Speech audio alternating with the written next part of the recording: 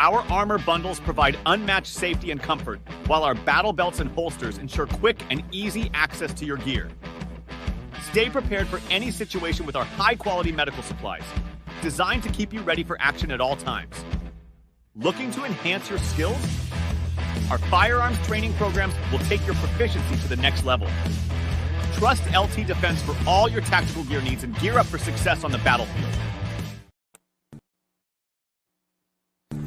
This entire military is one cohesive, dedicated force. And the threats to our nations, they don't sleep. They're watching our every move. Iran, Russia, China, North Korea, ISIS, Al-Qaeda. They may be watching this right now. Our military should not be mistaken for a cable news gab-fed show. We don't care what you look like. We don't care who you voted for, who you worship, what you worship, who you love. It doesn't matter if your dad left you millions when he died or if you knew who your father was. We have been honed into a machine of lethal moving parts that you would be wise to avoid if you know what's good for you. We will not be intimidated. We will not back down. We don't want war. But if you want war with the United States of America, there's one thing I can promise you, so help me God. Someone else will raise your sons and daughters.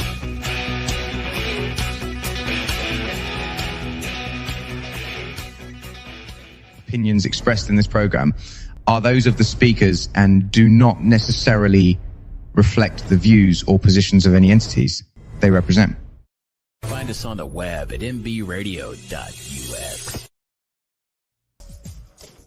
Hello, welcome. My name is Joey, and I am the host of the new Money in the Military show.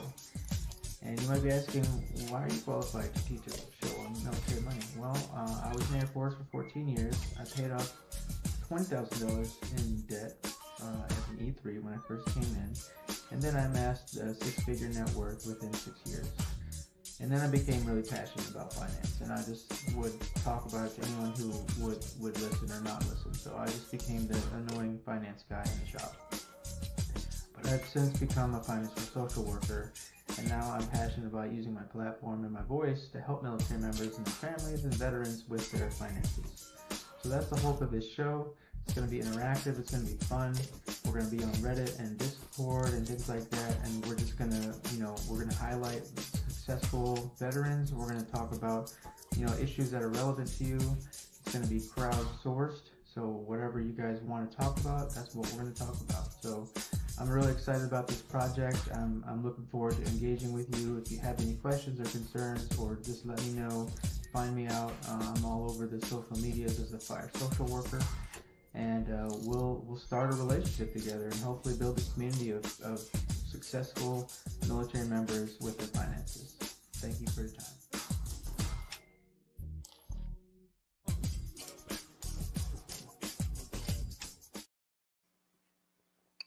Welcome everyone. Holy wow, this is crazy. This is my first episode. I am on MBR radio, giving veterans a voice. So my name is Joey. I am a financial social worker, certified financial social worker.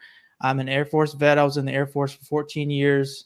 I got really passionate about personal finance. I paid off $20,000 in 3 years as an E3. And I just became really passionate about finance and helping people with their money problems. So I created this show to reach my fellow military members and veterans. I realized as I transitioned out of the service that there was a big need for financial guidance and literacy and coaching and all this other stuff. So I wanted to create this platform to give veterans a voice and to tell people's financial stories. Military members, veterans, Guard, reservists, everyone, the whole military family. I realized that there's a need for people sharing their stories. So I just wanted to kind of help facilitate that. And so I've been reaching out to different veterans and military members and basically asking them, are they willing to tell their financial story? And I actually got a lot of good feedback and support. And so that's basically what we're going to do during this show. We're going to talk about all kinds of different financial topics related to the military and to the military community. So this is live. If you guys want to jump in the chat and say hello, tell me where you're from. We're gonna talk all things military money, and I'm just really excited about this platform. And just a shout out to MBR. They're just an amazing platform. And if you're a veteran or a military member, or even anyone that you're interested in getting a podcast out there, definitely hit us up. We're definitely willing to work with you, and this is a great organization. So that's my pitch. So I just wanted to do a quick intro to my guest. He is we'll go into a lot of his details, but he's a very successful veteran. So he was successful while in the military, and then he's transitioned, and now he's just doing amazing things. So I'm really excited to get into the show with him. So without further ado, we're going to bring in Alistair Mercado. Interview of the week sponsored by LTD Tactical.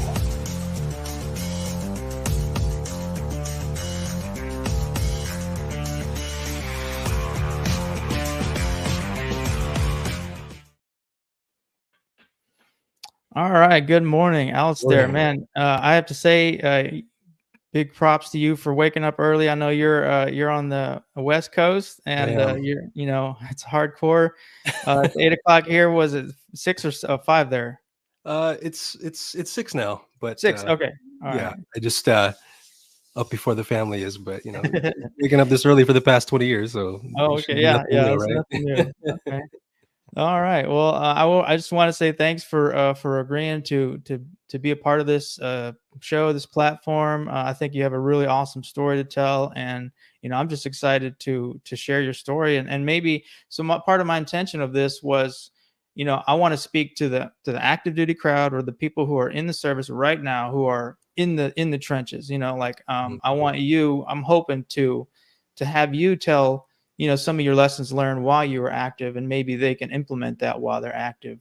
And then, maybe if we have time, we can work on the transition from active to veteran, and then maybe some of the things that you learned along the way to help people with that transition. So I really think you're a great case study for what you should be doing while in the service, and then what you should be doing out of the service. So I just want to say kudos to you for everything that you've done, and just being willing to share your story. I think a lot of people can really benefit from what you're bringing to the table. So thank you. Absolutely. Yes. Thank you. So let's just talk briefly about your I guess your financial origin story, let's talk about your military service first a little bit, and just kind of give people a background of what was your why? Why did you join the service? What was the motivations? And then, we can get into a little bit of the financial stuff after that. Okay. Well, be 100% truthful to the cause. I joined the Army in 2003. Of course, that was not my first choice. Mm-hmm. I come from a Navy family. Actually. Okay. It actually goes as far back as my grandfather, really. Okay. He was GS-13, Army Corps of Engineers, Nice. but worked directly under the U.S. Navy. And grandfather did 30 years. Dad did 20 years in the United States Navy from 1975 to 1995. And then I wanted to follow the same footsteps, because seeing my grandfather and my father and their rate of success, it just made sense to do so. I didn't join right after high school. I did graduate high school in 2000. In 2003, when 9/11 had happened and everything like that. So the call to serve was definitely ringing in my ear. And actually, the first choice was the Marines. Oh, wow. Nice. As much as I love the Marine Corps, Yeah. The image is definitely what I wanted, but not having a sure guarantee of what I would do was the issue. because Okay. I knew automatically I wanted to make it a career, 20 years, no more, no less. So I had to be very selective and precise on what branch would work best for me. Okay. Right.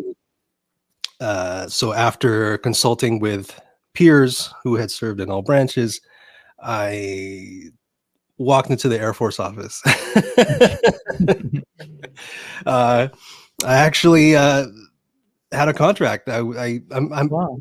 I'm not exactly sure what I was gonna do, because in Mhm. 2003, just like any other branch, you know, it's you join and you find out what you do after, right? That's Right. kind of how it goes back then, back in the Mhm. day. We didn't really Mhm. have a choice. Right. I'm imagining you and I are in the same age group, Yeah, right? yeah, exactly. I Yeah, graduated 2000, yeah, joined yeah. well, I joined in 2006, but yeah, I graduated So high school in we are 2000. a special group, you and Yeah. I, Joey. Uh-huh. We're part of Gen X, but Yeah. we're also part of millennial and Mhm. a touch of Gen Z. We're Yeah. trying to accept that. Yeah, we're So there's a terminology we're called the Zillennials. oh, Okay, yeah, right? Millennials. Okay, nice. Yeah. It starts with a little X, right? Uh-huh. So we adopted everything from the Gen X side, and we are the first generation millennials. Yeah. Um, Unfortunately, due to an issue I had with an ex-girlfriend, all right, Mm. Okay. I was not allowed to join the Air Force. Okay. I got into a I'm little sure there's a story behind that, but yeah. story. So basically, you know, young, was with one girl, but I was messing around with Okay. so yeah, more power to you. So in the Air Force, you have to be an altar boy, right? So Mm. it wasn't in the books for me. So I became what is called a DEPLOS, and I took all my pre-qualified qualifications, and I walked into the Army office. All right, Mm, and okay. the Army, you know, they waived everything that I had, and they saw the better character in me, and I was Yeah. able to go in that way. Navy Okay. was kind of out of the question because I just was not all about being on a boat, going Mhm. nowhere. I Yeah. like to keep my feet on the ground, and seeing the experiences my father went through, I really didn't want to repeat that. I didn't want to be Yeah. another Filipino in the Navy. Let's put it that way. So, but Right. everything Yeah. happens for a reason. So, Right. Yeah, yeah. joining the Army, um, I did have, oh gosh, $5,000 in school debt because I was Mhm. in college. Okay, Mhm. so there were three things I wanted it to fix. Relinquish the debt. So I did sign up for an MOS that had a bonus. Yeah. It was 12 grand, and it guaranteed me an assignment overseas to South Korea. So I was like, oh, this is awesome, because I grew up in Asia. I was born and raised in the Philippines, so Right. I wanted to be closer to home so I could Sure. visit the family, and I took Mhm. advantage of that, and Yeah. did Korea back-to-back tour. Oh, wow.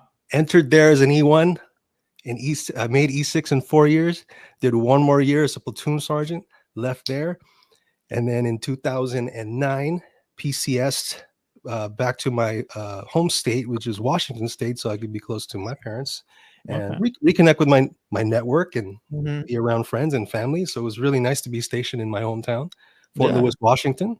Okay. Um, Over there, did 5 years.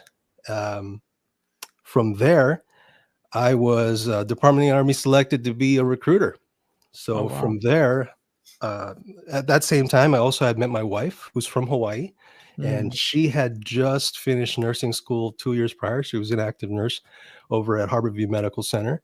Mm. Things worked out. We got married, and my first assignment in recruiting was Southern California in Orange County. So Wow. I was a recruiter at the Westminster Recruiting Station, which is now called Garden Grove, I believe. Um, Mhm. there for 3 years, very successful. Fell in love with the craft. I learned how to operate and do business in a military aspect, because as a Yeah. recruiter, that's in essence what you're learning and what you're doing. Yeah. And then did really well there. And we were blessed to take an assignment to my wife's home state. So I was a recruiting station commander over in West Hawaii on the island of Kailua Kona on the Big Island, Wow. and then very successful there. Did 3 years there. Then my command team asked me where I wanted to go next, because it was really going to be my moonlight tour, my last before prior to retirement. So I elected to move back to California, and took over a recruiting station in Los Angeles County. So I was the El Monte recruiting station commander for a couple of years. And in my last year and a half, I was the senior master trainer, aka the training director for Los Angeles Recruiting Battalion. And what I wanted to do there in that position was pretty much spread my knowledge and experience before I left recruiting.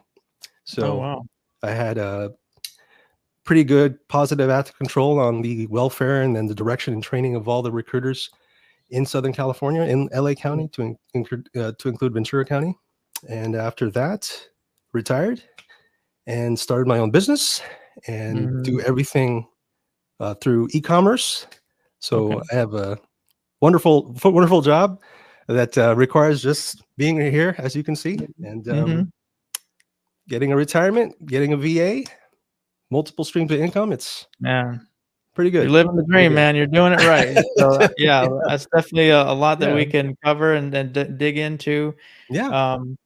You know, like I am definitely curious to learn more about some of your financial like decisions and milestones that you made during your service. So we'll get into that. But yeah, I mean, it sounds like you had a really great and a very strategic. It seems like you're very strategic with your 20 years. You knew ahead of time you're going to do your 20 and be done. And not everyone has that sense of vision, and correct. That's really, I think that's been a highlight of your success. So we can talk about that a little bit later too. Let me see. I just want to check in with Joel. Are we due for a commercial break, Joel, or are we good? Yeah, we're waiting, but I didn't want to push you. Are you ready for that? Yeah, we'll take a quick break, and then we'll come back and jump back in the conversation. All right, then tell everybody what we're going to be doing when we come back. What are we going to be talking about? We're going to jump into Alistair's active duty financial decisions that he made. All right, there we go. Stats tell that each day, 22 veterans commit suicide due to PTSD. These stats shook us and urged us to do our part. After hours and hours of thinking, Beekeeping for Veterans was born. Beekeeping for Veterans combines beekeeping with mindfulness meditation. Why combine them? Here's why. Beekeeping causes positive rush of adrenaline while beekeeping. You have to be calm during it. You are mindful of your movements. Each week, a veteran will receive a mindful meditation to build emotional and mental skill sets. Mindfulness is a set of 3 attentional skills that work together: concentration, sensory clarity, and equanimity, mental calmness, composure, evenness of temper. Every time mindfulness is practiced, we build these skills. Beekeeping for Veterans not only helps veterans overcome emotional trauma, but also aids our environment, as without bees, there is no food. Come forward. The people who have supported your country now need your support.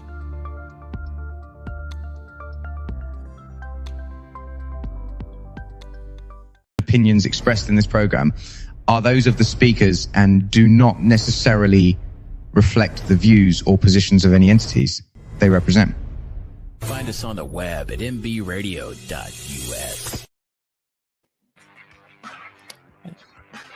Hey, everybody. Thanks for coming back. My name is Joey, the fire social worker. I'm back here with Alistair Mercado, and we're going to talk a little bit about his journey while he was in the military, kind of some of the financial things that he did that kind of propped him up for success throughout his career.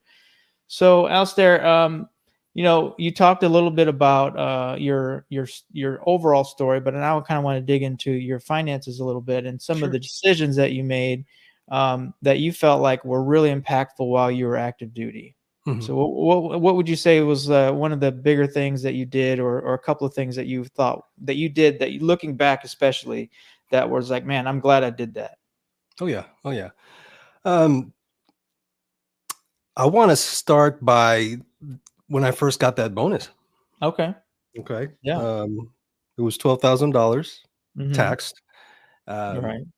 And at the time, I didn't have the mindset, obviously, now than I did then.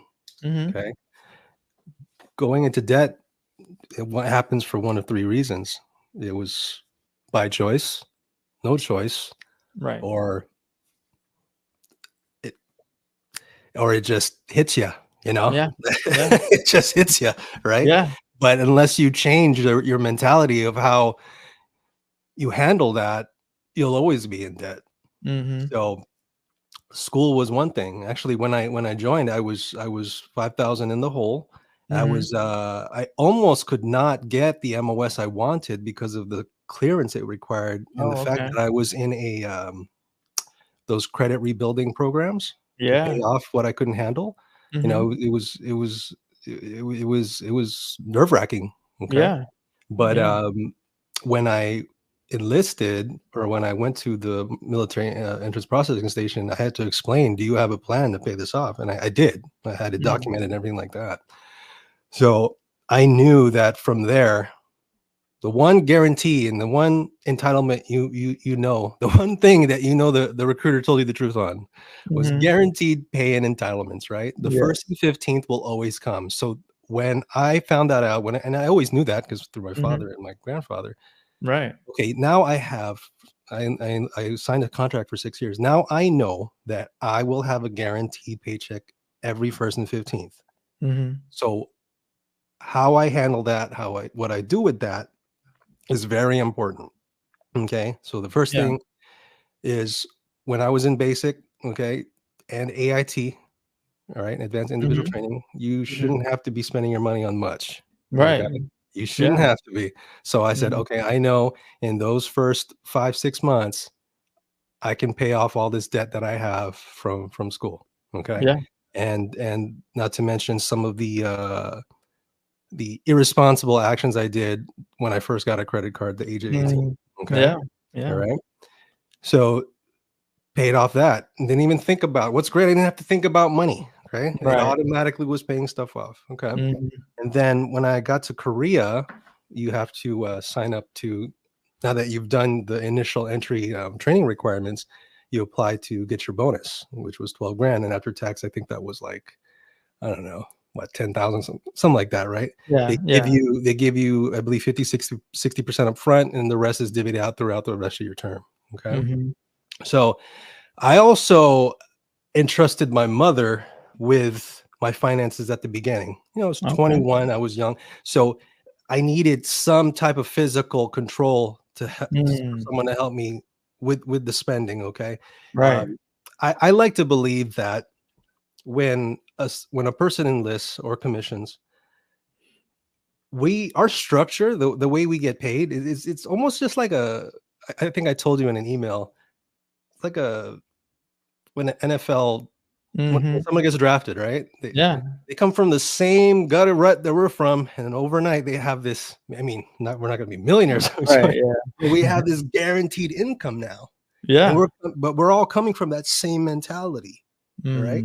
When you have this guaranteed revenue now, this guaranteed income, there are programs, there are systems in place within an organization to help make that grow and sustain it. But it's up to you if you want to take that. Okay? If you come from a fixed income living and a fixed mentality, you're going to bring that with you in the military. Yeah. Unfortunately, the military teaches you how to be a soldier, an airman, the service member, everything it's supposed to be. But the finance part, I was like, when am I going to be taught that? When am I going to be taught that? Okay. I want to be good at that. To me, that is part of the full, in my world, soldier model. Right. When am I going to be taught that? Okay. Never. I can tell you maybe on one hand, how many times in my 20-year career where an actual financial advisor showed up to a unit and talked about finances, and at the same time, nobody was listening to him. It's a touchy subject. Like nobody wants to hear it. Yeah. But I was the guy that would always approach him on the side, like, "Hey, I'd really like to pick your brain, and I want to be better with my money." You're never going to be perfect with your money, but you can always ask from people who are certified and licensed and educated. Yeah. how to be better. So, Mhm.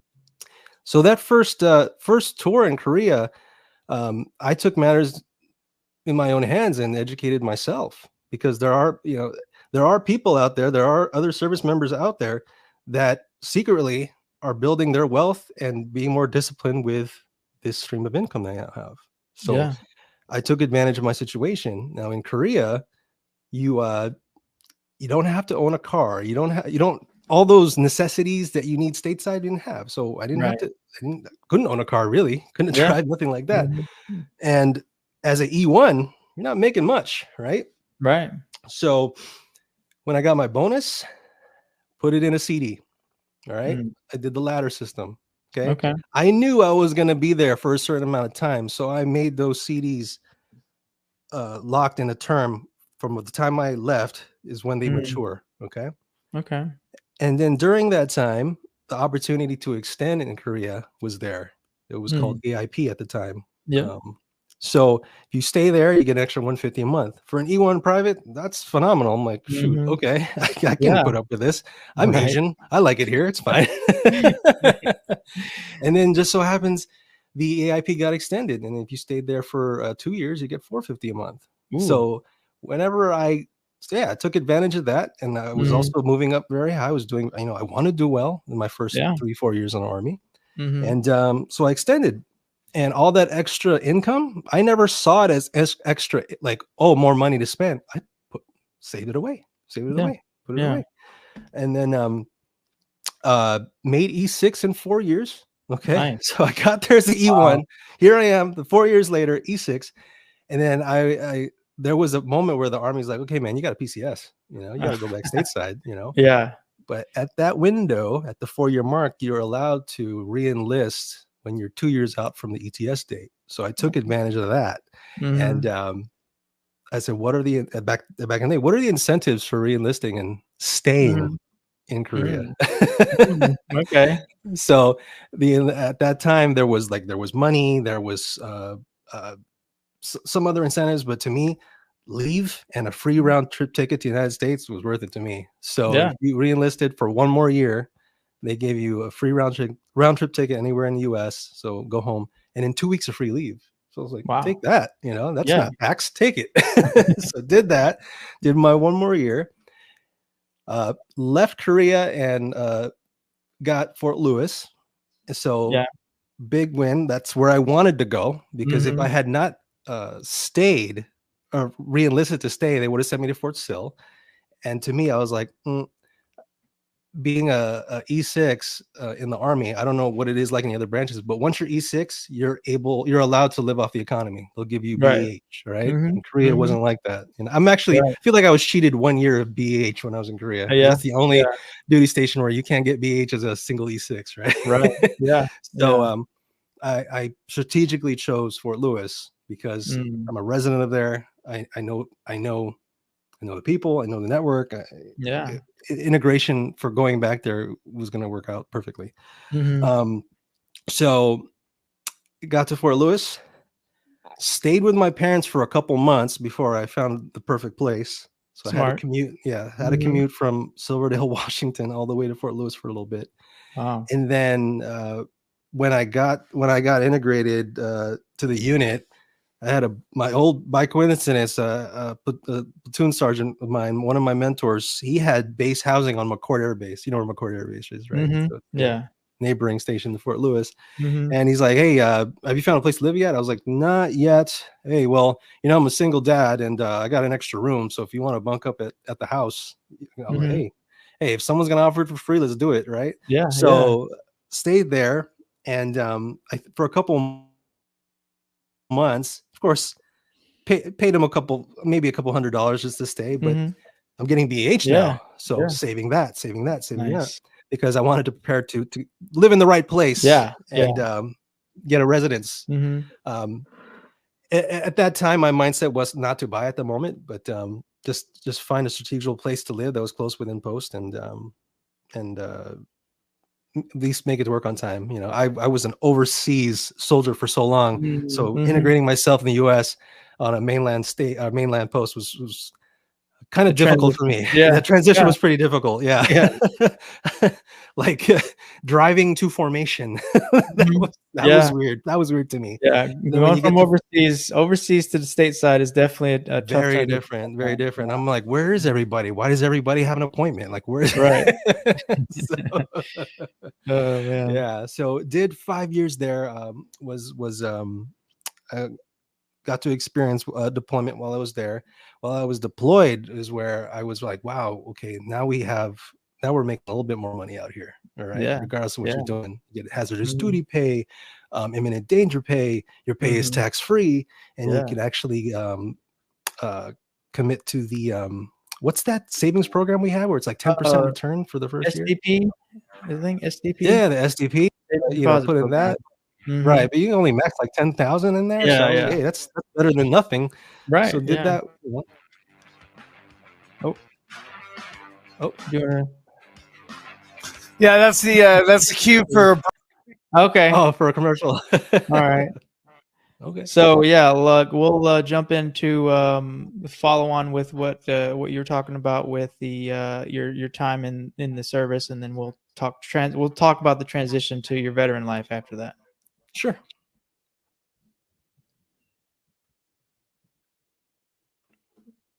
All right, Joel, you can.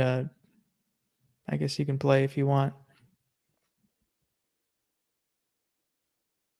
Is he still there? I'm not sure. Oh man. One of the benefits of being live, right? yeah. We're doing it live. So I guess we can keep talking until he jumps us out. But yeah. So it sounds like once again I'm hearing a lot of strategic thinking. You know, you made really smart decisions. You know, with your with every opportunity you were thinking, okay, how do I make the right financial decision? So I really, it definitely sounds like you were very forward thinking with that. Well, that's the thing. It's like every tour you have, you know how long you're going to be there. Right. Okay. So, if I'm going to be here for 3 years, map that out financially. How much, if I save or invest in something, I know what it's going to be because I know I'm going to be here for 3 years. I have that guaranteed stream. Right. Okay? Yeah. So you take it duty station at a time, in essence. You really do. Yeah. Especially if you're overseas. And I know a lot of people, when they get overseas, they want to stay overseas. And I was the same way. I didn't want to come back stateside, but you can make a lot of good money and be really strong financially when you come out of an overseas assignment. But I've also seen instances of people blowing their money. And I mean, to some extent, you want to travel and you're in a foreign country. That's great. I spent a lot of money traveling in Japan, but it's always, you can always be strategic about it too. And oh, flip to you. That's okay. We're running into issues. We're going to play a music break and we'll come back. Okay, sounds good.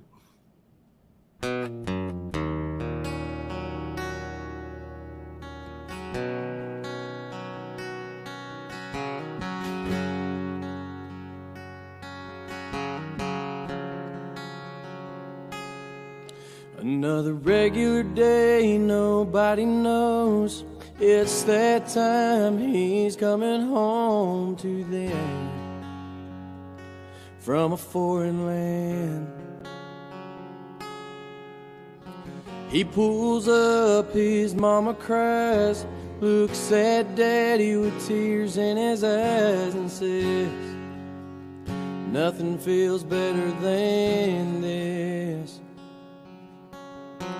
Couple of months go by and no one sees. Something just ain't right, all he wants is peace. He needs help, but he don't know the path to take or the way to go to be free and put his mind at ease. We will help, 'cause we can't stand to see a soldier go to God by their own hands. We will do everything we can to make 22 0 again.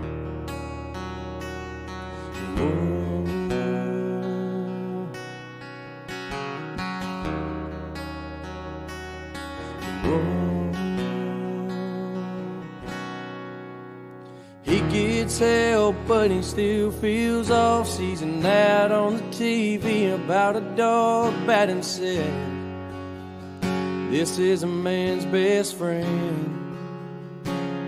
Whoa, so he goes one day and he picks it up.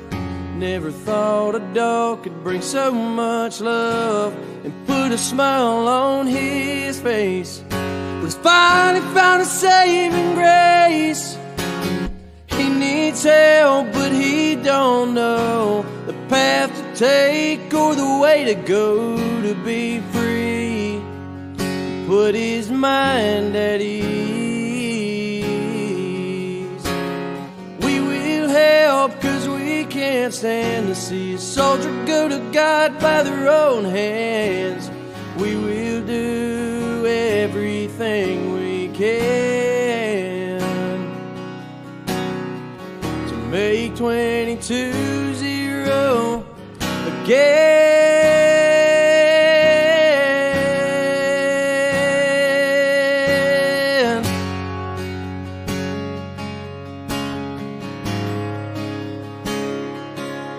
Whoa, whoa.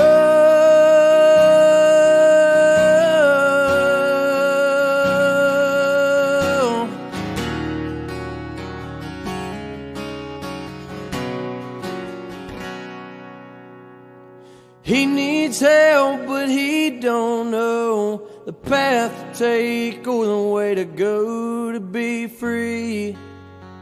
Put his mind at ease. We will help, 'cause we can't stand to see a soldier go to God by their own hands. We will do everything we can to make 22 0 again.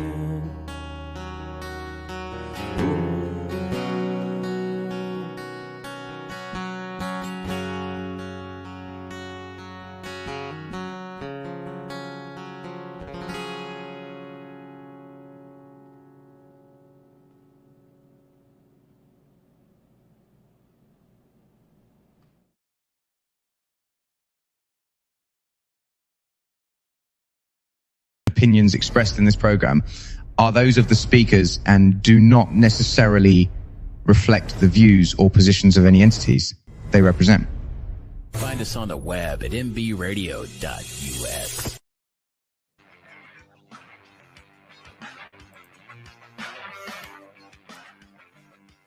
All right. We back?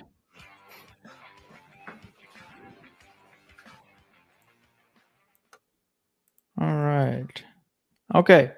So we had a little bit of a technical glitch there. I'm not sure what happened, but we're back. And just wanted to, if there was anything that we were talking about before the break, is there anything that you wanted to touch up on? No, I was going to continue. I know I probably went off in a couple tangents, but no, you're fine. Like I said, this is, I think, your financial story. It really adds color to your military time, and like I said, all this is really intended to give people some actionable like tips and advice on how to navigate their finances in the military. So, we can cover a whole spectrum of topics, and it sounds like you're super financial, like you're where I want to be, whenever this is all said and done. So I got a lot to learn from you. So we can kind of talk a little bit more about the transition period, maybe, and just kind of give some good advice or some lessons learned from your time from, you have this steady paycheck, you're doing good things, you do your 20 years, and then you decide, okay, I'm ready to transition to the civilian world. So so what was your transition like, and what are some financial successes that you had, or what are some of the things that you felt like really prop you up for success? Oh yeah, well that last that last line you said, what really propped it up was what really helped me out and opened my eyes was when I took recruiting duty. Okay. Because when you're going recruiting duty, you're not attached to a military post anymore. You are out in the wild, man. Mm-hmm. And I got a wake up call when after I was transferred from Orange County to Hawaii, is when I was like, okay, I got to figure something out. And being on recruiting really opened up my eyes as far as being an entrepreneur and learning how to generate other streams of income while in service, utilizing the resources you have or utilizing only what you have. So when I got transferred from Orange County to Hawaii, my wife's a nurse, by the way. So I have to, and that's another thing about being in the military and being good with your finances. I mean, not everybody can say this, but I also have to be cognizant and be aware of where I'm going to go. Is my wife also going to generate the same stream of income or more wherever we go? Because her income is just as important as mine. Okay. Sure. And she's a working woman herself, medical professional, RN. Okay. So when we were in Orange County, I knew I wanted to go there. I knew I wanted to go there as the first duty station. Okay. Because when you're on recruiting, you do get paid more. You get, like, at the time, you get an extra $450 a month. Okay. Again, did not see that as extra income. Put that away like I didn't have it. And you live off the economy. So you make with what you get as far as your BH. And where I was stationed at too was Westminster. So what was great about that is we get the same BAH as Los Angeles, but we live in a place in Orange County where cost of living is a little bit cheaper. So that extra $1,000 in BH, we put that away. That was that made that for me, that cash flow was stronger for us. And then for her, she had worked at Harborview Medical Center her whole life. So she never had to apply for a job until I took her away. And luckily, when we got there, she landed a job at I forgot the name of that big hospital in Orange County, but starting $100,000 a year. So it was great for us. No kids yet at the time, so it was great. It was a great strategical financial move for both of us. And then going to Hawaii, the Big Island, very different. Very different. Our pay was virtually cut in half. Right. Wow. Because the cost of living, everything's different, because the Army is only going to, or the military is only going to supply you with enough to be above the median income of the environment you live in. So we wanted to have our first child. So I knew that there was going to be a moment where she's going to have to stop working, and that revenue is going to go away. So I just made, when you're put in that situation, you start to really think. Okay. Complain to DFAS. I can't complain to Department. They're not going to pay me more. So I got to figure something out. So I thought to myself, okay, I'm by myself on this island. Okay. So as long as I keep doing my job, I can figure things out. And I come from a background where I'm Filipino, and you know anything about the Filipinos, where the Filipinos are natural entrepreneurs, man. People live in that country to survive. So you think about these things to survive. And I was like, okay, I have 2 cars. It's a tourist destination. So on my off time, I Ubered. I rented my car out. Okay. Nice. Turo. So And I use an app called, I use Turo, and Uber had just touched the island. So I was like one of like 5 drivers on the island. Oh man. Yeah. I bet you're fresh. And we host Ironman once a year. So gosh, the moment I started doing that, I was making like an extra $4,000 a month just from those apps. Yeah. It was crazy. My wife was like, "Oh, I don't have to work anymore." Like, no. Still gotta work. Yeah. You gotta do what you gotta do as a soldier, a husband, and a soon-to-be father. So that I was like, "Oh wow, okay." And it got to the point to where I was making so much money that my command was like, "Hey, Wow. Really, Got their I attention, hope, huh? yeah, I hope this doesn't distract your responsibilities as the recruiting Ooh. station member was high. It's not. It's Yeah. not actually. It was a Yeah. top performing station for 3 consecutive years. So I was Nice. able to balance everything. Okay. Yeah. And then after that, got to LA and adopted everything I learned from there. And my last year is when I was like, okay, recruiting made me ready, to transition. And honestly, recruiters, respectively, we probably have the easiest transition out of the military because we've already been exposed to the civilian Right. market for so long. So Mhm. the transition was kind of easy, and then I Right. already had built my networks in LA prior when I was stationed in Orange County. So reintegrating myself with the people I knew and making those professional connections, it was a simple fit because it was all planned. It was Yeah. all planned, Right. Yeah. right? So in my last year, I fought for the time, as in, when you're in the last year, the command allows you to really to transition out early.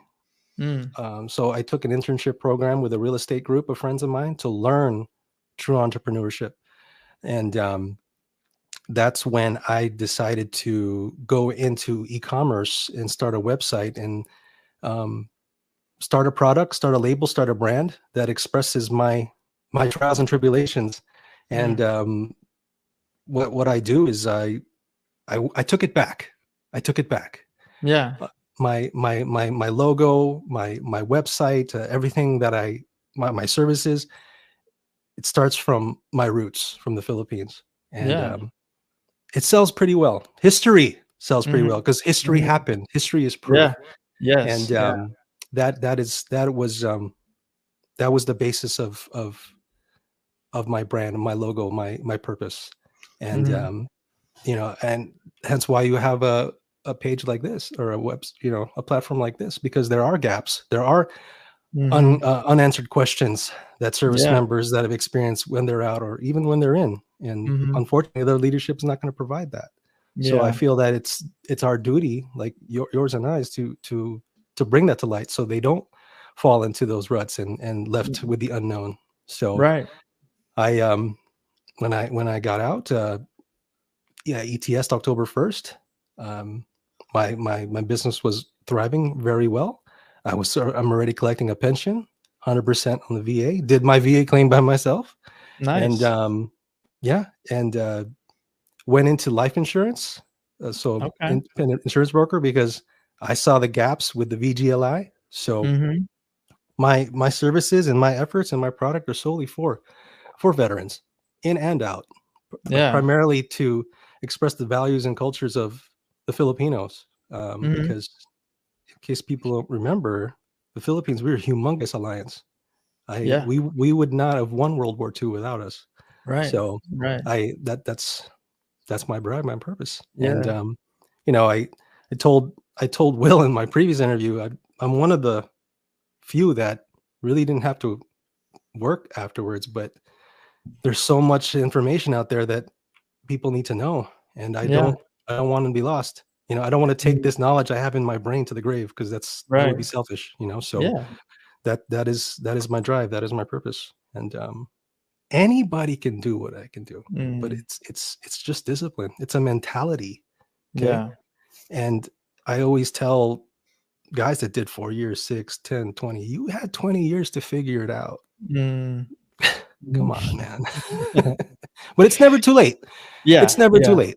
Okay. I'm Right. actually mentoring a coworker that I work for Leidos QTC. We do all the veteran claims in your area, actually, Mhm. in Central Zone. Yeah. Yeah. She's 57 and she wants to learn from me. And I told her it's never too late. Right. It's never too late. Actually, Mhm. if we strategically do your money right, you could be a millionaire in 15 years. Mhm. So yeah, Yeah.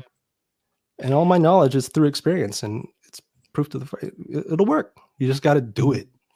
Right. It's just discipline. That's all Yeah. it is. Yeah. And I mean, I see your story, and I see it as um, a possible beacon of hope for people. Yeah. That they can be their own boss. Mhm. and they can live the life that they want to live. Right. So yeah, I mean, I just and I want to tell more veteran stories like yours, and I want to keep propping you up, and I want to keep following along with you. Absolutely. And just, because like I said in the earlier, like I have a lot to learn from you, because like you're at the you're at the peak right now, and I'm mid journey right now. So like, but at the same time, I do feel like I've learned a lot along the way as well, and I'm trying to share what I've learned to military members. It's almost like I see myself as a time traveler, where I'm like, if I can get into an 18-year-old E1 and get in their head space, and like you did, like you started early on in your military career. If I could get to somebody and reach somebody that young, then they could be millionaires down the road.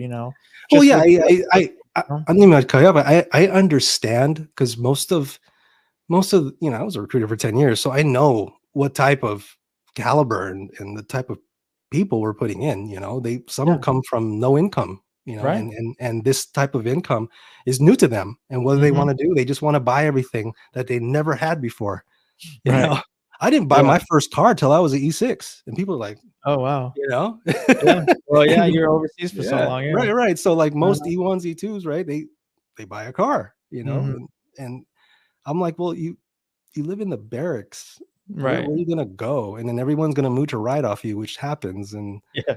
you ever think about how much insurance costs, and why'd you buy an Audi as your first car? Yeah. The system kind of contradicts itself. Mm. We're in a system to where it kind of happens, and then you got guys that want to get married because they want to live outside the barracks. Get out of the And norms. Yeah. they don't save up for the big events, Right. and they don't see it that way. And unfortunately, we don't have countermeasures or systems in place to really guide them. You can't tell them not to do that, but they do it. And then you wonder, like, how did you spend this much overseas? You have nothing to show for, How did you spend 20 years and you have nothing to show for? How can you retire on Friday and then you have to work on Monday? That doesn't make any sense to me. You know what I mean? Yeah. Yeah. Yeah. So there's a lot to unpack, but what if you were to talk to leadership in the military right now, like what would you recommend? What kind of programs would you recommend to help like active duty members help with their finance? I know there are some programs, there's the Air Force side, you have the Airmen and Family Readiness Center, they have financial counselors, and they have programs. Yeah, so I know that they're out there, but I guess do you see it as a bigger problem or Absolutely? Yeah. Okay. So I can count how many. I'm sure in the Air Force you guys had quarterly training, right? Annual training. Okay, it was always about your literature, your doctrine, your regulation. Where's the finance guy? Right. Right. Yeah. And I firmly believe that should be part of the promotion process as well. Ooh, nice. Just put it out there. Part of the pillars of your wellness is pillars of leadership. Yeah. If you're going to make this guy, the breaking point from lower enlisted to junior enlisted is E5, correct? Okay. You have to submit a packet for that. You have to show that your potential leadership attributes are worthy to become a leader. What about your finances? Yeah, I like it. How about that? Let's. I mean, at the very least, we can at least advocate for supervisors maybe to have the discussion with their subordinates and be like, hey, just be part of that discussion of your leadership. It's like, hey, how's your finances? It's a little uncomfortable for some people, or a lot uncomfortable for some people. But I think part of that relationship with your supervisor, supervisee, I think that would be a beneficial conversation to have. But that's I guess that's just something that we can just encourage and have the discussion about, and hopefully it'll start propagating out to all the different people that can make those decisions. But yeah, it's a culture. It's a culture, and honestly, I appreciate what you're doing, and and if we can actually change a culture by 1% at a time, that's good enough to start. But it takes years to change a culture. Sure. And it takes higher leadership and influence and proof, and unfortunately, that's not their priority. Right. And what's going to happen is you become a bad representation of your branch. Yeah. what we have the systems in place, we have the measures, but they're not being utilized. They're not. Yeah. And I don't get it. Okay. Mhm. And I used to think that someone older than me or someone higher ranking than me, at the time, I was like, man, he's probably got everything in place. Full soldier model. Finance would be great. Oh, look at the nice car he's got. Not true. Yeah. Not true. Not true. You know, and some leaders would be shunned, and when they find out, like, oh, my lower ranking person's better money than me, but commercial about it, right? It's not something to talk about. But that's just how it is. But I feel very humble and privileged when someone who is more established than me asks me for guidance, and they admit that, okay, I don't know this. I don't know this. And for everyone, when it comes to finances, it's education. It's okay to ask for help. Okay. It's okay to pay a professional. I mean, I have a CPA. I right now in my life that I pay actively every month just for guidance on what I can write off, what I can do, what I can't do. And that's a good investment to have, because anybody can spend money. Sure. Any idiot can do that. Yeah. But how to make it grow and sustain and reach those financial goals. Yes, sometimes you do have to pay a professional to do that, and actually do it and listen. Yeah. That is why they are certified and licensed in what they do. Exactly. And so I firmly invest in people who are more educated than me, and I also learn from them, so I can, there's every person has a mentor. Every person. Your mentor has a mentor. My mentor has a mentor. That's okay. Yeah. So it's this whole thing with financial literacy and just being good with your money. You want to be worth something. You know, you look back and what's your net worth? If it's negative, then we got to fix that. Right. Yeah. Because if you're negative and you die, who you think is going to inherit that negative? Your offspring. Okay. Yeah. So you want to make yourself worth something. Okay. Yeah. And live as long as possible to enjoy that wealth. All right. Take care of yourself. Yeah. Right. Being financially free and wealthy, that there's a price that it takes to reach that, but also take care of yourself, because I'm sure you want to enjoy that for as long as you're alive, Well, man, I could sit here and talk to you for probably a whole nother hour. We're going to have to probably do this again sometime. Of course. We got about I have particular strategies I could share that. Yeah. Because, I feel like we just scratched the surface on some of the stuff, but I really do think that you have a great story. So last 60 seconds, is there anything that you're currently working on or something that you'd like to promote, just kind of put out there into the world?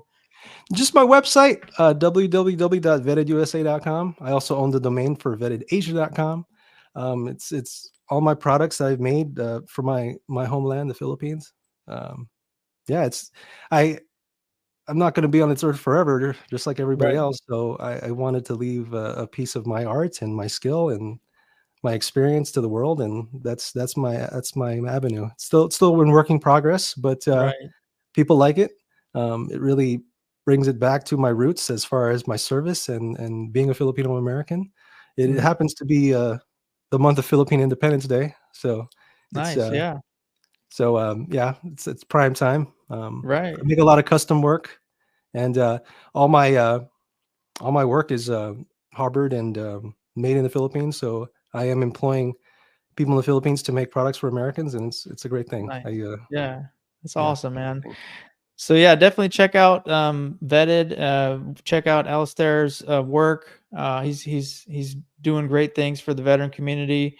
Hopefully we're going to have you on again and we can continue this conversation, and that would be awesome. So thanks for everyone for tuning in. This was,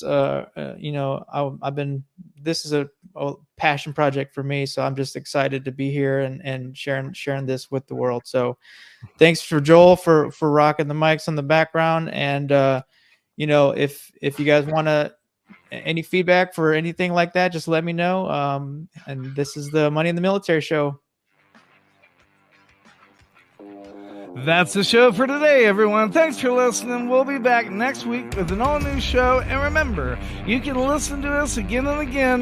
The podcast of this radio show is available right after we go off the air tonight, anywhere that you can get your podcast episodes. And thanks for joining us today. I'd like to take a moment